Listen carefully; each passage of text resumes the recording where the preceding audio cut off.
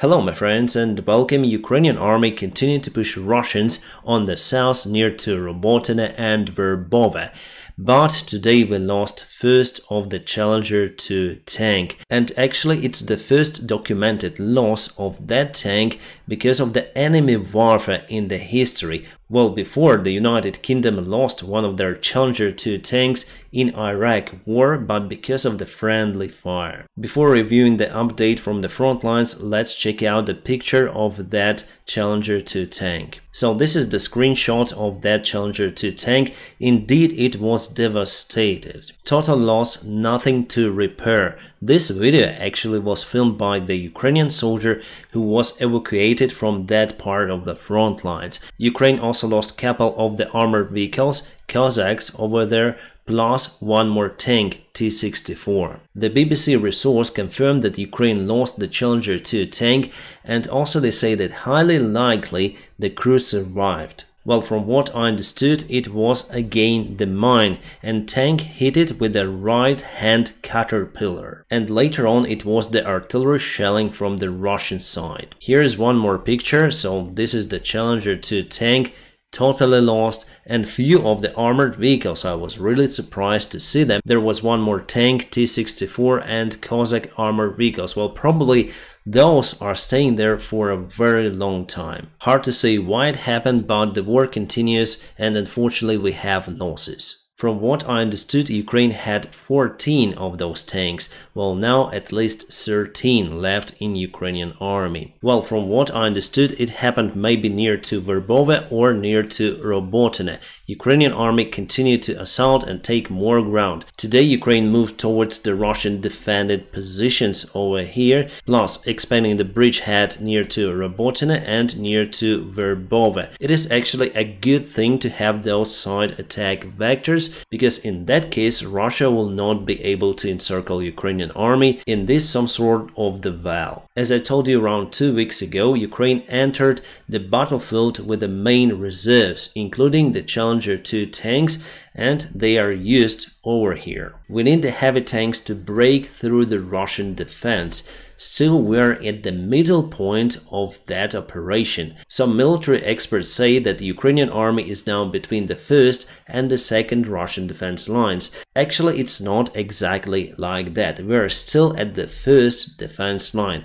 At some certain areas, we were able to break through it. However, those areas are very small. We are speaking about this part. That is what the Russian defense looks like from the perspective of Ukrainian army. As I say to you, at some particular places Ukrainian army was able to penetrate that defense line, leaving the Russian forces in that position. Yes, Russia has more losses still compared to Ukrainian army. Also near to Robotyne you may see some of the defense lines, and Ukraine moved in to take those under control and kick Russians out. But it's not that easy as you may see on this military map. Here are just a couple of the trenches, but let's see the actual footage. So here we go. Those are the Russian defense lines. Very complex and very developed.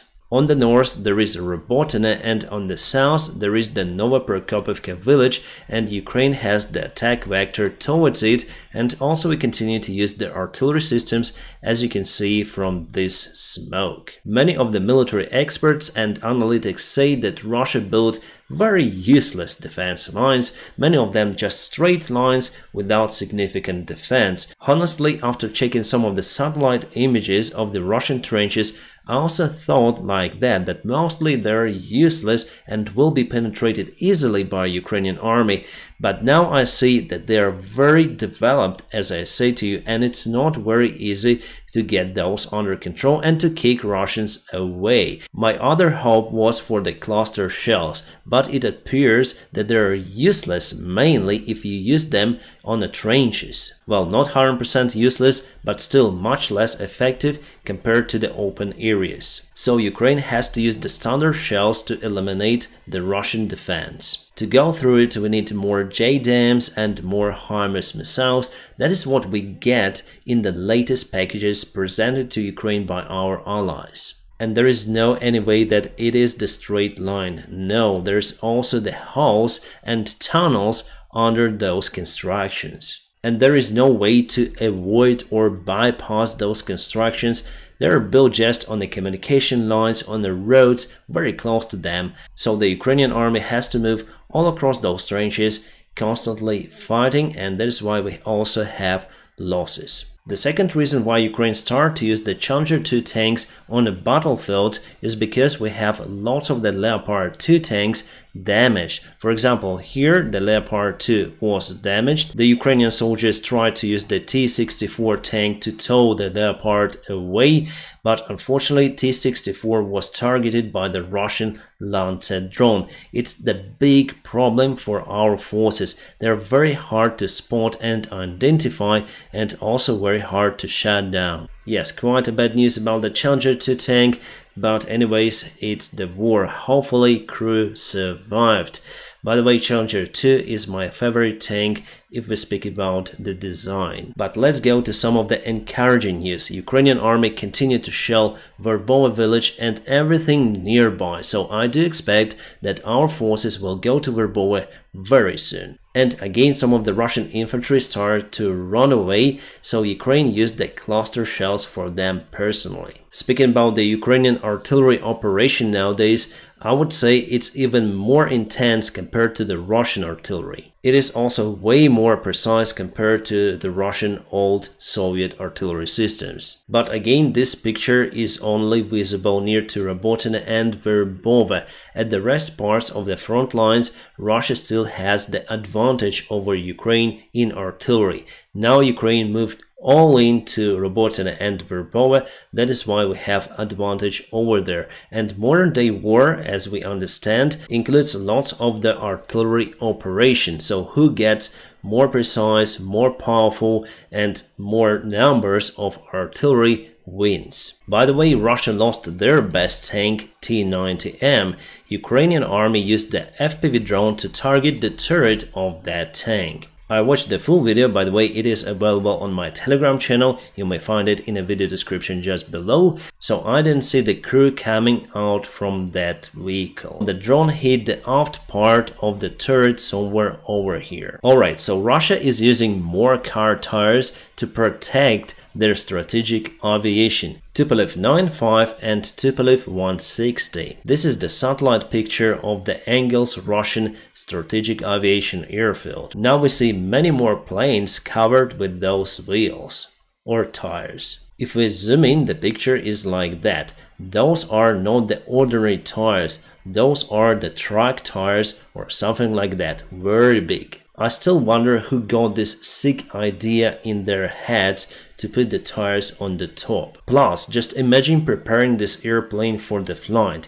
You need to remove all of the tires one by one just not to damage the airplane construction. And later on, after the flight completed, they need to put all of those wheels on top again. However, I think that this airplane in particular is not airworthy because it doesn't have the propellers on the turboprop engines. And this one is also probably on the maintenance. This engine has the propeller, this one also, but it has no engine over here at all and no propeller over here. So maybe they just marked the no-go airplanes for Ukrainian drones. We have some breaking news. Ukraine starts the counterattack from the new direction towards Novodonetsk and Novomayorsk. As you can see, it is not that far away from Zavitno-Bazhano village. Ukraine also has the assault vector towards that. So the idea is to eliminate this Russian hump with Novodonetsk village, because our guys are unable to proceed southbound, leaving this part behind the front lines. If we zoom in towards the place, you may see that here is kind of the wide river, but there is the bridge. And from what I know, it is intact. So this is the river, as you can see, and those being the Russian positions. HIMARS is still doing the job very well. And now we're out of the details whether the landing operation was conducted by Ukrainian army there or not. But clearly the artillery fire intensified a lot. The information is coming from Azerbaijan. They sent lots of the forces close to the border of Armenia. Well, mostly infantry vehicles, trucks, but also heavy armored vehicles too. And as you can see, it's not the V letter like Russians use it, like thou, it's inverted A. This letter is visible on all of their trucks. It is kind of concerning because usually army put those signs to identify the friendly vehicles if they want to start the war. Like we saw all of those Zs, Vs, Os symbols from the Russian army then they started this war. Yesterday we spoke about the Russian drone attack on Romanian territory. Well, today Romanian officials say that there was no any attack of the Russian drones on their territory. But if we check the Google Maps and compare the photos from the drone explosion, we may admit that it was indeed Romanian territory, however very close to Ukrainian border, just across the river. We have the new military help from Germany, including lots of the shells for the Gepard anti-aircraft tanks. Yes, we are still in lack of the cruise missiles like Taurus. Nevertheless, Germany supports Ukraine a lot. Plus the Mercedes-Benz concern, they will supply 100 of those trucks. After President of Turkey Recep Tayyip Erdogan returned back from Russia, he said that there is no perspective for any kind of the peace deals between Russia and Ukraine. I wouldn't say that it is really the dead end scenario. Russia may still withdraw their forces from Ukraine. Only that might bring the peace in the current scenario. The Chinese leader Xi Jinping is not going to attend the G20 summit, which will take place in India very soon. Well, China has its own game, and I was really surprised about the probability of China to invade Russia in the future. It may just sound like nonsense, but China needs to get more territories to develop their economy. To analyze the situation in China and Russia, we need to open the Google Maps to check out the geography of those states. Most part of the China, as you can see, is covered with deserts. So people in China mostly live on the south or here on the northern part. In those places where the soil is more or less good for agriculture and where you may find the water. That actually restricts the potential development of China. They don't have as many resources as Russia has. That is why they have to import even oil to their country. So now let's go to the border with Russia, for example, to Khabarovsk, probably the biggest city on the border with China. And right now you may see some sort of the difference between the pavement, let's say, of the Russian territory and the China territory. China's territory is a little bit gray. Why is it happening? Let's zoom in. They have lots of the agricultural fields, tons and tons of them. Plus all of those white spots are the cities, villages, towns able to accommodate lots of the people. So everything here is about economy. But if we cross the Amur River, you may see that mostly it is the vast land that is not used by anyone. So there is no any agriculture, nothing, just swamps, forests, the green desert sometimes for dozens of kilometers. Well, there are some villages, I may admit it, and even towns, but they're based just across the rivers. Nothing more is out there, no agriculture, nothing. And it is not just here, we may check other parts. So this is China and this is Russia. Different picture. The Chinese economy boom is coming to its logical end. So to do something with it, China needs to get more resources to boost their economy, more agriculture, more everything. And as you see, they're quite limited. Speaking about Taiwan, so what potentially China may get taking this island under their control? More problems, I would say, than profits. Also, it is very hard to conduct this landing operation on this island. Potentially, it could be the most difficult and the most massive landing operation in human history. Even in case of the successful invasion of this island, the United States with other allies in this region may just block the way out from the Chinese ports. because China doesn't have lots of the good friends, let's say, in the Southeast Asia. So the trade routes for sure will be blocked for them. On the other hand, on the north, you have quite a weak country that doesn't have lots of the allies, and day by day it is getting weaker and weaker. The country with enormous resources, but not that lot of the population. The Russian army is exhausted. The Chinese army is ready to go. The special military operation by China could be conducted quite easily because they have the very big land border with Russia.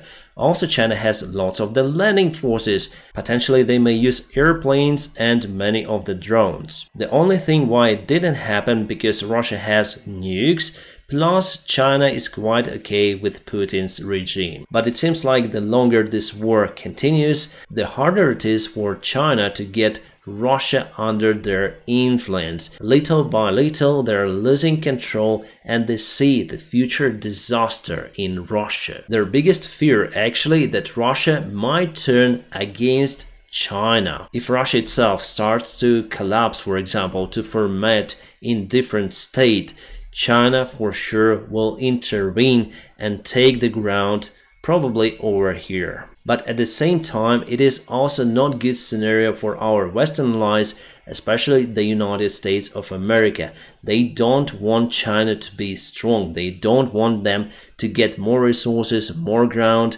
for their economy. That is where I think we might find the answer why the Putin is still alive. I think that finally United States wants Russia to be a democratic state, to put something against their main competitor China in this region. Russia itself is kind of the weak country, and definitely it is strong just in one parameter, the nukes. Other than that, it is not the leading country in any sort of the means. It's quite strange because they have lots of the resources, but at the same time lots of the high-level corruption. By the way, also interesting fact, if you zoom in, for example, near to Baikal Lake, somewhere over here, you'll find that lots of the Russian forests were cut and supplied to China. The scale of this forest devastation is actually shocking.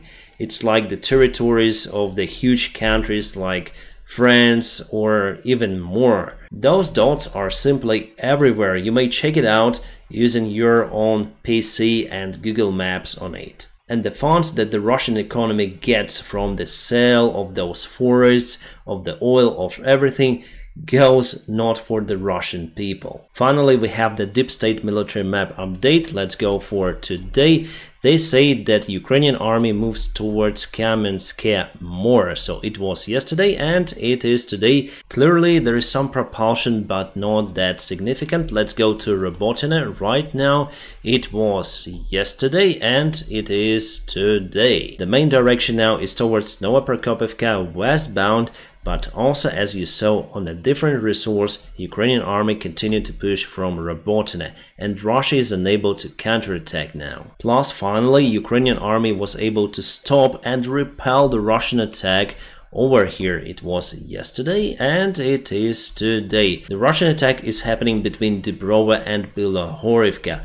Also, from the Ukrainian official resources, we understand that Ukraine starts to reinforce the defense near to Kupiansk. Still, Russia is unable to move towards that city, even though they accumulated quite a lot of the forces over here, but I think that they'll try once again this autumn. My friends, now press the like to this video, and also if you want to support my job, you might find some of the links in the video description just below. Special thanks for my Patreon supporters and the sponsors of my YouTube channel. Guys, you're awesome. Thank you so much for your kind support. Now, my friends, I wish you all a peaceful sky wherever you are, and have a great time.